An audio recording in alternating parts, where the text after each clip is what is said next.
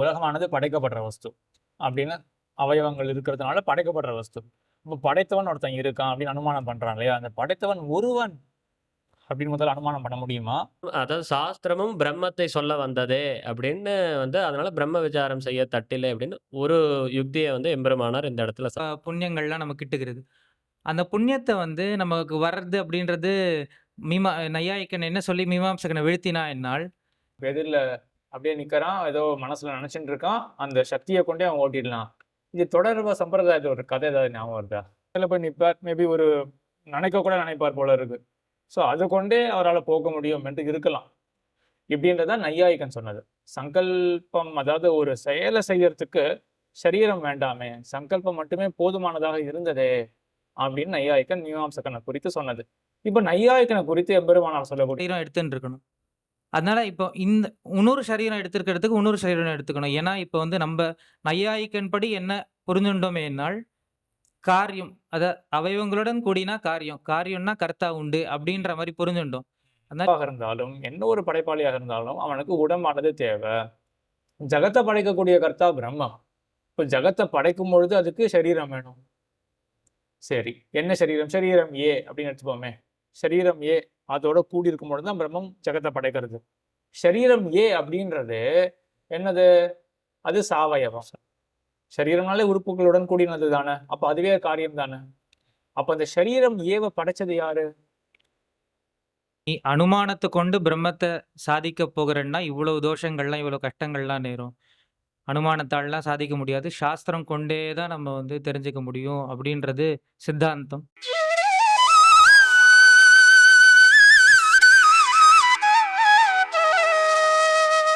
ஸ்ரீமதே ராமானுஜாய நமஹ. இப்பொழுது சாஸ்திர யோனித்வாதிகரணத்துல எம்பெருமானார் தம்முடைய சித்தாந்தத்தை எப்படி ஸ்தாபிக்கிறார் என்பதை பார்க்க வேண்டும். நையாயிக்கன் என்ன சொல்லி ஆயிடுத்து? அனுமானத்தை கொண்டு ஈஸ்வரனை அறிய முடியும் என்று சொல்லி ஆயிடுத்து. எம்பெருமானார் ஸ்தாபிக்க வேண்டியது அப்படி கிடையாது. சாஸ்திரம் கொண்டு மட்டும்தான் பகவானை அறிய முடியும், ஈஸ்வரனை அறிய முடியும். அனுமானமானது ஈஸ்வரனை தெரிவிக்காது என்று சொல்ல வேண்டும். எப்படி சொல்றார்? எம்பெருமானார் இந்த இடத்துல எம்பெருமானார் இந்த சித்தாந்தத்தை நிலைநிறுத்துறப்போ இந்த சாஸ்திர யோனித்துவ அதிகரணத்துல 3 விதமான முதல்ல அ அ பார்க்கச்சே அந்த நையாயிகனானவன் என்ன சொல்ல முற்பட்டான் அப்படின்னா, ஜகத்காரியம் சாவயவத்வாத், அப்புறம் சகர்த்ருக்கம், அதுக்கப்புறம் அந்த கர்த்தாவுக்கு என்ன விதமான அ ஆட்ரிபியூட் அவனுக்கு என்னெல்லாம் விஷயம் தெரிஞ்சிருக்கணும் அப்படின்லாம் இதெல்லாம் சொன்னான். அதுக்கப்புறம் அந்த மீமாம்சகனானவன் அதுக்கு 3 விதமான தோஷங்கள இட்டான். இந்த 3 விதமான தோஷங்களும் என்னுடைய பட்சத்திலே இல்லை என்பதை நையாயிகனானவன் சொன்னான். அதுக்கப்புறம் அப்போ அதனால அனுமானத்தினால பிரம்மத்தை அறிய தட்டில்லை அப்படின்ட்டு இந்த நையாயிகனானவன் அறுதியிட்டு சொல்ல, எம்பெருமானார் இப்ப இல்லை, அனுமானத்தை இட்டு பிரம்மத்தை அறிய முடியாது. வேதமானது பிரம்மத்தை சொல்ல வந்ததே. அதனால பிரம்ம விசாரம் செய்யத்தக்கது அப்படின்றத நிரூபிக்கணும் இந்த இடத்துல. அப்போ இப்ப முதல்ல எம்பெருமானார் என்ன யுக்திய சொல்றார் அப்படின்னா, இவ்ளோ பெரிய ஜகத்த எம்பெருமானானவன் ஒரே சமயத்துல படைச்சிருக்கான் அப்படின்றத பார்க்கிறோம். இப்போ ஒரு பார்க்கல. அ ஒ ஒ ஒரே அவன் சொல்றான். அவன் சொல்றான். சொல்றது ஈஸ்வரன். அவன் ஒரே ஒருத்தன். அவன் ஒரே நொடியில மொத்த ஜெகத்தையும் படைக்கிறான். படைக் அப்படின்னா அவனால இன்ஃபர் பண்ண முடியறது. இன் நையாயிக்கனால. அவன் அப்படிதான் இன்ஃபர் இன்ஃபர் பண்ண முடிய பண்றான். இன்ஃபர் பண்ண முடியுது. அவன் அதுவும் இல்லாம என்னதெல்லாம் சொல்றான்னா, காரியம் சாவயவத்வாத் உறுப்புகள்லாம் இருக்கு அப்படின்னு சொல்றதுனால, அவனுடைய அனுமானத்தின் வழியாவே பார்த்தா கூட, ஒரு மாளிகைய கட்டணும்னாலே பல கர்த்தாக்கள், பல நாட்கள் சிரமப்பட்டு ஒரு இடத்த கட்ட வேண்டியதா இருக்கு. அப்ப இவ்ளோ பெரிய ஜகத்த படைக்கிறான்னு நீ சொல்ற. அதுவும் ஒரு நொடியில படைக்கிறான்னு நீயே சொல்ற. அப்படி இருக்கு. ஒருத்தன். அதுவும் ஒருத்தன். ஒருத்தன் படைக்கிறான் அப்படின்னு சொல்ற. அப்போ இத அனுமானத்தினால எங்க அ அறிய சொல்ல முடியும்? அனுமானத்தினால இத சொல்லவே முடியாது. அதுக்கு இங்க ஒரு சூக்ஷ்மமான விஷயம் என்னன்னா, இப்போ இந்த உலகமானது படைக்கப்படுற வஸ்து. அப்படின்னு அவயவங்கள் இருக்கிறதுனால படைக்கப்படுற வஸ்து. இப்ப படைத்தவன் ஒருத்தன் இருக்கான் அப்படின்னு அனுமானம் பண்றான் இல்லையா? அந்த படைத்தவன் ஒருவன் அப்படின்னு முதல்ல அனுமானம் பண்ண முடியுமா? அப்புறம் அவன் படைக்கிறான்னு அனுமானம் பண்றனா, என்ன ப்ராசஸ்ல? இப்போ வேற ஒரு மதம் உலகம் பூரா ஒரு மதம் பரவி இருக்கு. அவங்க ஏதோ ஒண்ணு கேள்விப்பட்டிருக்காங்க. இந்த 7 நாள்ல படைக்கிறது, அதான் கேள்விப்பட்டிருக்கீங்களா? அந்த மாரி ஏதோ ஒண்ணு கேள்விப்பட்டிருக்கேன். ஏதோ 7 நாள்ல படைக்கிறது அப்படின்ற மாரி ஏதோ ஒண்ணு சொல்றா. இந்த மாதிரி ஒரு ப்ராசஸ் அனுமானம்லாம் பண்ண முடியுமா என்ன? முதல்ல இப்படி படைச்சான், அடுத்து இது படைச்சான். அப்படி அனுமானம் பண்ண முடியாது. அப்ப என்ன சொல்லணும்? ஒரே இன்ஸ்டன்ட்ல அந்த மாரி தான் சொல்லியே ஆகணும். அப்ப ஒருவன் ஒரு இன்ஸ்டன்ட்ல படைக்கிறான் அப்படின்னு உன்னுடைய அனுமானம் போய் நிக்கும். ஆமா. அப்படி நிக்குமே என்றால் அந்த மாதிரி அனுமானம் தகுமா? அந்த மாதிரி லோகத்துல யாராவது ஒரு மாளிகைய பண்றதுக்கு நெறைய பேர் வேண்டியிருக்கு. ஆயிரக்கணக்கான வொர்க்கர்ஸ் வேண்டியிருக்கு. தொழிலாளிகள்லாம் வேண்டியிருக்கு. அவர்கள் பல நாள்கள்ல பண்றார்கள். அப்போ உன்னுடைய அனுமானம் வந்து நேர ஒட்டல. போகலையே. ஒரு குயவனே இருந்தாலும் ஒரு குடத்த பண்றது ஒரே நொடியில பண்றானான்னா கிடையாது. முதல்ல மண்ண சேமிக்கணும், தீர்த்தத்த சேமிக்கணும், அப்புறம் அத செய்யணும் அப்படின்றப்போ, நீ சொன்ன அனுமானத்த இட்டுலாம் வந்து இத வந்து அப்ப இதுக்கு ஒரு பிரமாணமா ஒரு விஷயம். வேதத்துல சொன்னா தான் பண்ண முடியும். அதுவும் இல்லாம மேல என்ன பண்ண முடியும்னா, இன்னொன்னு நம்ம இங்க பிரளயா சேர்த்துக்கலாம். இன்னொன்னு என்ன சேர்த்துக்கலாம் அப்டின்னா, இப்போ இப்படிப்பட்ட எம்பெருமான் இந்த விதத்துல இந்த மாரி படைக்கிறான் அப்படின்றதெல்லாம் சிலதெல்லாம் வேதத்த கொண்டு மட்டும் தான் தெரிஞ்சுக்க முடியும். வேதத்துல இப்போ எம்பெருமானே அபின்ன உபாதான நிமித்த அப்படின்னு சொல்லுவா. பகவானே நிமித்த காரணம். அவனே உபாதான காரணம். இப்படின்றதெல்லாம் புதுசா சில கான்செப்ட்ஸ். வேதாந்தத்துல மட்டும் தான் நம்ம தெரிஞ்சுக்கக்கூடிய கான்செப்ட்ஸ். அதேபோல அதுக்கு ஒரு கிரமமும் இருக்கு. அவன் இந்த மகான படைக்கிறான். மகான்லேருந்து இந்த திருவித வித அகங்காரங்கள்லாம் வருது. இப்படின்றதெல்லாம் அனுமானத்தினால நம்ம புரிஞ்சுக்கவே முடியாது. அப்படின்றத நம்ம அங்க கொள்ள வேண்டும். அப்படியே. ஆ மேல வந்து அதுவும் இது மட்டும் இல்லாம அப்படின்னா, மேல என்ன பார்க்கணும்னா, இதுல வந்து சிருஷ்டிக்கிறான். அதுக்கப்புறம் பிரளயம் வருது. பிரளயத்துல திரும்ப பிரளயாதிகள்லாம் எல்லாமே அவன்கிட்ட போய் லயிக்கிறது. இதெல்லாம் வந்து எப்படி அனுமானத்துல சொல்ல முடியும்? அது படைக்கிறது வரைக்கும் அனுமானத்துல நீ சொல்லுவ. அதுக்கப்புறம் படைத்தவனே அழிப்பானா? அப்படின்னு ஒரு தாட் ப்ராசஸ்லாம் போகும். இப்படிலாம் வந்து ஒரு கன்ஃப்யூஸ்டான அனுமானத்துல போனா, போய் நீ சொன்னத வந்து நிர்ணயிக்கவும் முடியாது. கன்ஃப்யூஸ்டு ஸ்டேட்ல போய் எங்கேயோ போய் நம்ம வந்து இந்த மாரி லயிக்கிறதுனா, என்ன என்ன எப்படி லயிக்கும்? அப்படின்றது அதுக்கு ஒரு அனுமானம்லாம் எடுக்கவே முடியாது. அப்போ வந்து நீ சொன்னா மாரி இத வந்து அனுமானத்தை இட்டுலாம் வந்து பிரம்மத்தை அறிய முடியாது. சாஸ்திரத்தை இட்டே வந்து பிரம்மத்தை அறிய முடியும். பிரம்மம் அதாவது சாஸ்திரமும் பிரம்மத்தை சொல்ல வந்ததே அப்படின்னு வந்து அதனால பிரம்ம விசாரம் செய்ய தட்டில்லை அப்படின்னு ஒரு யுக்திய வந்து எம்பெருமானார் இந்த இடத்துல சாதிக்கிறார். பிரதானமே. பிரதானமான அடுத்தது. மேற்கொண்டு எம்பெருமானார் என்ன அருளிச் செய்கிறார் என்றால், இப்போ குடம் பண்ணக்கூடிய அந்த குயவனுக்கு இருக்கக்கூடிய அந்த கொடை பண்ணக்கூடிய சாமர்த்தியம். அதே மாரி ஜெகத்த படைக்கிறதுக்கு பிரம்மத்துக்கு வந்து சாமர்த்தியம் உண்டு.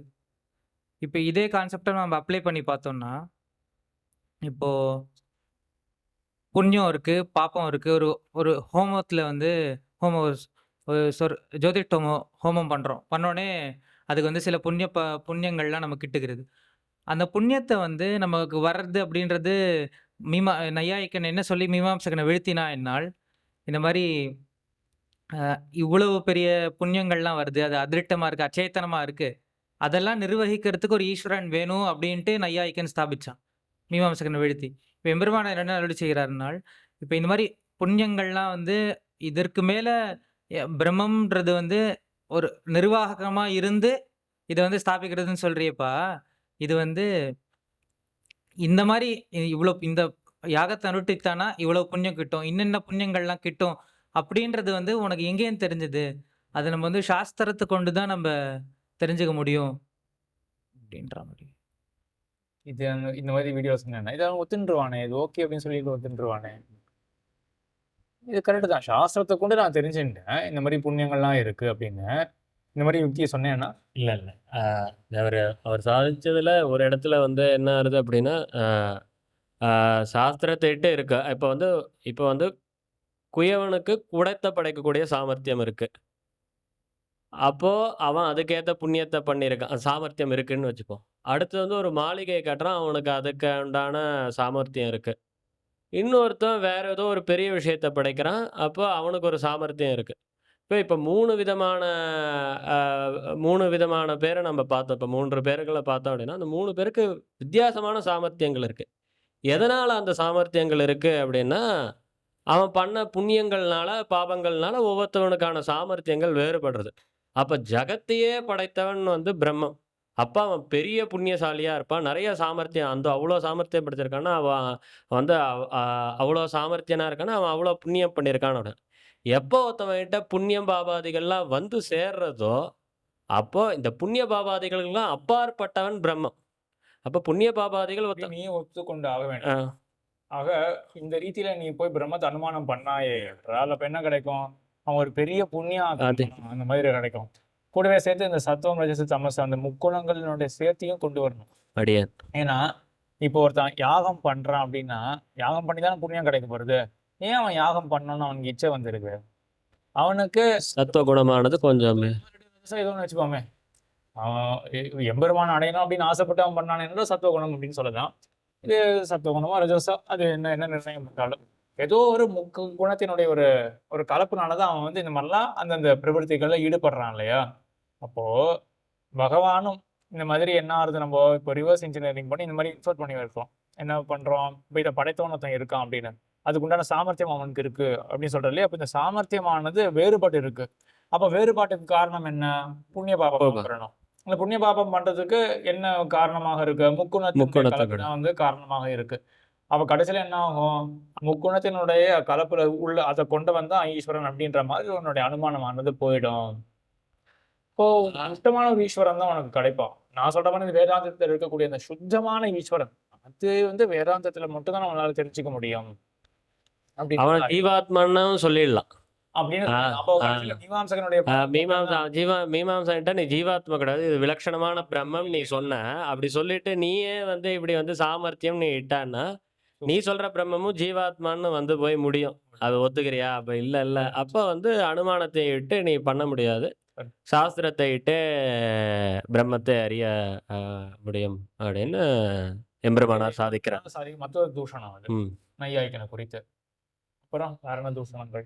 அடுத்தது வந்து அடுத்த தூஷணமானது வந்து என்னவா இருக்கு அப்படின்னா, இவன் வந்து சரீரம் வந்து இந்த நையாயிகனானவன் சரீரமே தேவையில்ல, சங்கல்பத்தினாலேயே பண்ணலாம் அப்படின்னு மீமாம்சகன் சொன்ன வாதத்துக்கு மறுப்பு வாதம், எதிர்வாதமா வந்து இந்த நையாயிகனானவன் சரீரம்லாம் தேவையில்ல, சங்கல்பமே போதும்னான்.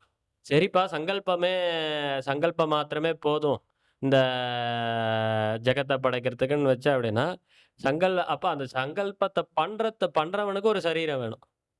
ஆ அப்ப நீ அத ஒத்துக்கிறியா? அப்படின்றப்ப சரி நான் ஒத்துக்கிறேன்னே வந்து இந்த நெய்யாயிக்கன் சொன்னாலுமே, இந்த உதாரணத்த காட்டி சொன்னா இன்னும் புரிய வந்துரும்.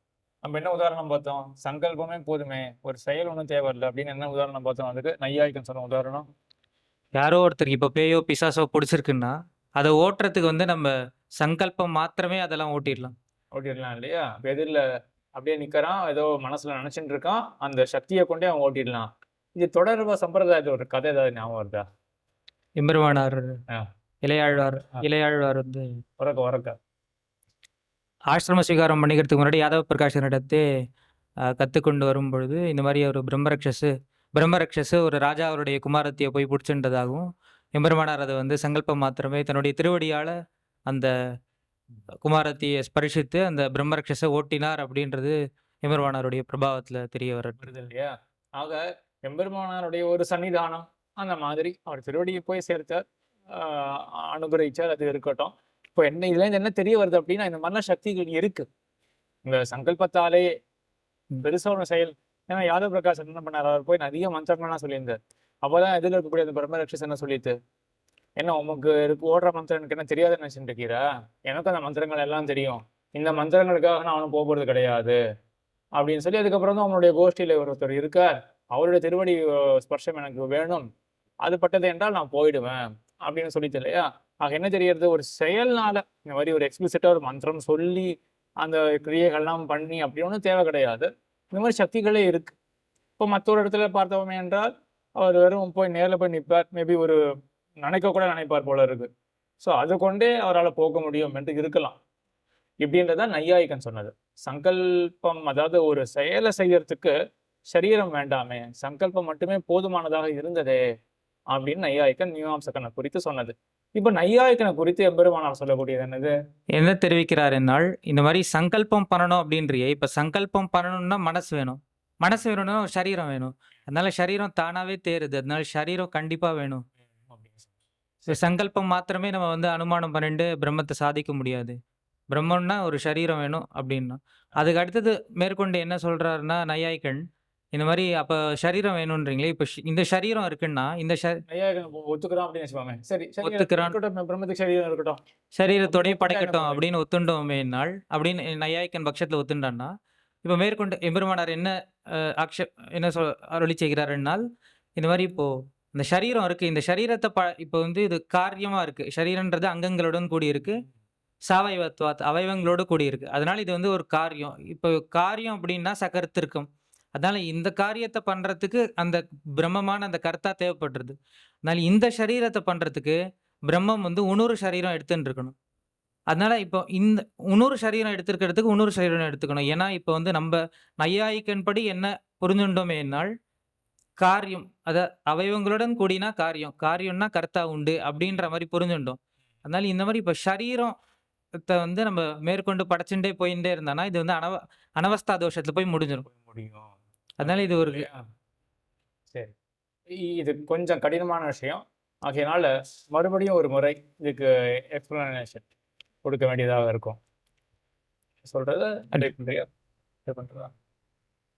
சுவாமி சாதிச்ச மாரியே ஏற்கனவே வந்து அ அப்போ வந்து சங்கல்ப மாத்திரமே வந்து ஜெகத்தை படைக்கிறான்னு வச்சுப்போம். அப்போ சங்கல்ப மாத்திரத்தில பண்றான் அப்படின்னா, அதுக்கு ஒரு சரீரம் வேணும் அப்படின்ட்டு சங்கல்பம் பண்ணோம்னாலே சரீரம் வேணும். தான் சங்கல்பமே பண்ண முடியும். பண்ண அப்படி முடியும். பார்க்குறோம். நடுவுல ஒண்ணு இருக்கு. சங்கல்பத்துக்கு மனசு வேணும். அடியேன். மனசு எப்போ இருக்கும்? சரீரத்தோட இருக்கும்போது தான் மனசு இருக்கும். இருக்கும். அப்ப சங்கல்பம் பண்றான் அப்படின்னு வைத்துக் கொண்டாலும் கூட சரீரம் தேறுகிறது. அடி. மாற்ற முடியாது. சரீரம் இருக்கு. சரி அப்பதான் நையாயிகன் சொல்லலாம். சரி கர்த்தாவா நான் ஊகிக்கிறேனே அந்த ஈஸ்வரனை, அவன் சரீரத்துடன் கூடியவன் இருக்கட்டுமே ஒத்துட்டு போறேனே அப்படின்னு சொன்னாலும் இப்ப எம்பெருமானார் சாதிக்க போறார். இல்ல நீ ஒத்துண்டா உனக்கு சிரமம் வருதோ பிரமம் வரும் அப்படின்னு வரப்ப சரீரத்தை ஒத்துண்டான் அப்படின்னா, சரீரமானது அவயவங்களை கொண்டதாக இருக்கிறது. அவயவங்களை கொண்டு இருந்தாலே அதுக்கு ஒரு கர்த்தா காரியம். காரியமா இருக்கும். அவயவங்கள் கொண்டிருந்தபடியாலே அது வந்து காரியம். காரியம் தான் கொள்ள அப்ப வேண்டும். காரியம்னா கர்த்தாவால செய்யப்பட்டது தான். கர்த்தாவா ஒருத்தன் இருப்பான் அப்படின்னு அப்போ இந்த சரீரத்தை படைக்கிறதுக்கு இன்னொரு சரீரம் தேவை. சரீரத்தை படைக்கிறதுக்கு இன்னும் சரீரம் தேவை கிடையாது. இல்ல. இந்த சரீரத்தை இந்த படைக்கிறதுக்கு சரீரத்த வந்து பிரம்மம் இந்த சரீரத்த கொண்டு ஜெகத்த சிருஷ்டிக்குதுன்னா, இந்த சரீரம் வந்து ஒரு காரியம். இந்த காரியத்துக்கு ஒரு கர்த்தா உண்டு. அந்த கர்த்தா தான் பிரம்மம். ஒரே பிரம்மம் தான். இந்த சரீரத்த படைக்கிறதுக்கு பிரம்மமானது இன்னொரு சரீரத்த எடுத்துட்டு இருக்கணும். அப்படின்னு இருக்கணும். ஏன் இப்போ சரீரத்தை கொண்டு தானே படைக்க முடியும்னு ஆயிருச்சு. சங்கல்பம் பண்ணியே படைக்கிறது. சரி சங்கல்பத்துக்கு மனசு வேணும். அப்படிதானே லோகத்துல நீ பார்த்திருக்க. குயவன் திருஷ்டாந்தம் அப்படின்னு காட்டுற. குயவனா சங்கல்பம் பண்றதாகவும் அந்த பேய் ஓட்டுறவனே கர்த்தாவான்னு வச்சுப்போமே. எதுக்கு கர்த்தாவா இருக்கான் அந்த பேய் ஓட்டுறவன்? அவன் ஒரு காரியத்துக்கு தானே கர்த்தாவாக இருக்கான். என்ன காரியம்? இந்த இந்த பேய் பிசாசா ஓடி போறதுக்கு இவன் கர்த்தாவாக இருக்கான். எப்படி கர்த்தாவாக இருக்கான்? சங்கல்பம் மூலமாக. ஆனா உடம்பு கொண்டு தானே சங்கல்பமே செய்யறான். அப்போ என்ன கர்த்தாவாக இருந்தாலும், என்ன ஒரு படைப்பாளியாக இருந்தாலும் அவனுக்கு உடம்பானது தேவை. ஜகத்தை படைக்கக்கூடிய கர்த்தா பிரம்மம். இப்போ ஜகத்தை படைக்கும் பொழுது அதுக்கு சரீரம் வேணும். சரி என்ன சரீரம்? சரீரம் ஏ அப்படின்னு எடுத்துப்போமே. சரீரம் ஏ அதோட கூடி இருக்கும் பொழுது தான் பிரம்மம் ஜகத்தை படைக்கிறது. சரீரம் ஏ அப்படின்றது என்னது? அது சாவயவம். சரீரம்னாலே உறுப்புகளுடன் கூடினது தானே. அப்ப அதுவே காரியம் தானே. அப்ப அந்த சரீரம் ஏவ படைச்சது யாரு? சரீரம் பி. சரீரம் பின்னு சொல்லக்கூடாது. இப்பதான் நம்ம பதில் சொல்லணும். பிரம்மம் தான் படைச்சது. பிரம்மம். ஆனா பிரம்மம் இன்னொரு சரீரம். ஏவ படைக்கும் பொழுது இன்னொரு சரீரத்தை எடுத்து வேணுமே. சரீரத்தை கொண்டுதானே ஒரு செயலே செய்ய முடியும். அப்போ சரீரம் பிய கொண்டுதான் சரீரம் பியோட இருக்கும் பொழுதுதான் பிரம்மம் சரீரம் ஏவ படைச்சது. இப்போ சரீரம் பி என்னது? எப்படி கொண்டு போனோம் அதுக்கப்புறம் ஆர்குமெண்ட்? அது மேற்கொண்டு பிரம்மம் இன்னொரு ஒரு சரீரத்தை எடுத்துட்டு சரீரம் பி. என்னது? சரீரம் பின்றது சாவயவ. ஏவ படைச்சது சரீரம். சரீரம் பிய கொண்டது. சரீரம் பி ஆனது சரீரம் பிய படை அது வந்து சாவயவத்துவம். சாவயவம். அதுவும் சாவயவம் தான். அவயவங்களுடன் கூடியிருக்கு. அப்ப அதுவும் காரியம் தான். அப்ப அத படைக்கப்பட வேண்டும். அது படைச்சது யாரு? இன்னொரு அதே பிரம்மம் இன்னொரு ஒரு சரீரத்தை எடுத்துட்டு இருக்கணும். சீயை கொண்டு இதை படைச்சிருக்கு. அப்ப சரீரம் சி காரியம் தானே. சாவயவமா இருக்கிறதுனால காரியம் தானே. போய் அனவஸ்தான ஆயிடும். ஆக நீ சொல்ற அனுமானமானது தப்பு அப்படின்னு. இந்த ரிகர்சிவ் ஃபங்க்ஷன் அப்படின்லாம் சொல்லுவா இல்லையா ப்ரோக்ராமிங்ல. கிட்டத்தட்ட அந்த மாதிரி தான் அது. இப்போ என்ன ஒரு பொருள் இருந்தாலும் அது வந்து இந்த மாதிரி அது காரியமா இருக்கு அப்படின்னாலே அது சாவயவமா இருக்கு அப்படின்னாலே காரியம் அப்படின்னு கொண்டு போயிட்டா அது பாட்டு போயிட்டே இருக்கும். இப்போ ரிகர்சிவ் ஃபங்க்ஷனுக்குள்ள அந்த ஃபங்க்ஷனுக்குள்ளேயே அந்த ஃபங்க்ஷனை கூப்பிடுறது. அப்புறம் கடைசியில் ஏதாவது கண்டிஷன் இருக்கும். எக்ஸிட் ஆகிறதுக்கு கடைசியில் ஒரு மாதிரி ஃபங்க்ஷன் இருக்கும்ல, அது மாதிரிலாம் எங்களுக்கு சொல்ல முடியாது. அதனால இது பார்த்து அனவஸ்தாவா அது போயிட்டே இருக்கும். அதனால நீ அனுமானத்தை கொண்டு பிரம்மத்தை சாதிக்க போகிறன்னா இவ்வளவு தோஷங்கள்லாம் இவ்வளவு கஷ்டங்கள்லாம் நேரும். அனுமானத்தால்லாம் சாதிக்க முடியாது. சாஸ்திரம் கொண்டே தான் நம்ம வந்து தெரிஞ்சுக்க முடியும் அப்படின்றது சித்தாந்தம். சரியா? இதான் சித்தாந்தம். சாஸ்திரத்தை கொண்டு மட்டும் தான் பிரம்மத்தை தெரிஞ்சுக்க முடியும். ஆகையினால சாஸ்திரத்தை கொண்டு தெரியப்படுற அந்த பிரம்மம் எப்படிப்பட்டதுன்ற விசாரம் கூடும் அப்படின்றது தான் சாஸ்திரிய யோனிப்பு அதிகரணம் 3வது அதிகரணத்தில் எம்பெருமானால் சாதிக்கக்கூடிய விஷயம். சரி, இது கடினமான விஷயங்கள் பல இருந்தன. இருந்தாலும் 2 பேரையும் நான் பலமுறை கேட்டேன். என்ன சொன்னா அப்படின்னா, புரிஞ்சது அப்படின்னு தான் சொல்லியிருக்கா. சொல்ல விஷயமும் நல்லா புரிஞ்சதாக தான் நல்லாவே தெரியுது. ஆக வேலையெல்லாம் பார்த்துட்டு இருக்கும் பொழுது, கைங்கரியத்தை பண்ணிட்டு இருக்கும் பொழுது இத்தனை ஆழமா படிக்க முடியாது அப்படின்றத பலமுறை நான் சொல்றதுக்கு காரணம் என்னன்னா, கண்டிப்பா ஒரு ஒரு சிங்கிள் டிஜிட் ஃபிகர்ஸ்லயாவது யாராவது முன் வரணும். ஒரு 5-10 பேராவது கொஞ்சம் முன் வந்து இந்த மேலும் இந்த மாதிரி விஷயங்கள் எல்லாம் கற்றுக்கொண்டோமே என்றால் அது ஒரு நல்ல ஒரு வைபாக பரவி, சரி எல்லாருமே பண்ண முடியுமே, நம்ம பாட்டு ஜீவனத்துக்காக ஏதோ ஒரு ப்ரொஃபஷனல் ஈடுபட்டு இருக்கோம், எம்பெருமான் கைங்கரியத்துக்காக அது வாச்சிக்க கைங்கரியமோ காய்க்கு கைங்கரியமோ கைங்கரியத்தையும் பண்ணிட்டு இருக்கோம். கூடவே சேர்த்து வாரத்துல ஒரு ஃபியூ ஹவர்ஸ் தான், ஒரு 3-4 மணி நேரம் இது படிக்க முடியாதானே என்று கொண்டு ஆழ்வார் அருளி செய்தது, எம்பெருமானால் அருளி செய்தது, செங்கலையாரா நாங்கள் இருக்க அப்படின்றதுனால ஜீயர் மாமணிகள் அருளி செய்தது, வடகலையாரா இருந்தார்கள் என்றால் வேதாந்தாச்சாரியர் வேதாந்த தேசிகன் சாதிச்சது அருளி செய்தது. இந்த மாதிரி விஷயங்கள்ல அவரவர்கள் சம்பிரதாயத்துக்கு சேர அவசியம் எல்லாரும் நன்றாக ஆழமாக கற்றுக்கொண்டு வரலாம் என்றதை மனதிலே கொண்டு எல்லாரும் எம்பெருமானாருக்கு இந்த விதமான ஒரு கைங்கரியத்தை பண்ண வேண்டும் என்று பிரார்த்தித்துக் கொண்டு அமைகிறோம். ஸ்ரீமதே ராமானுஜாய நமஹ. ராமானுஜாய